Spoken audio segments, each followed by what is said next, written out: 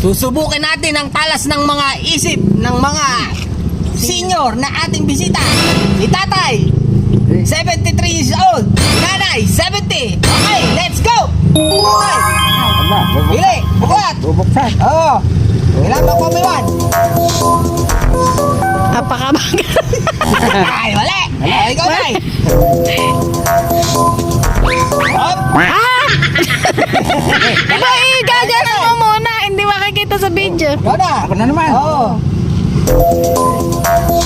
Ay! Mali. Ay, ikaw na. Oo, ikaw na. Ay! Ayan na, alam na!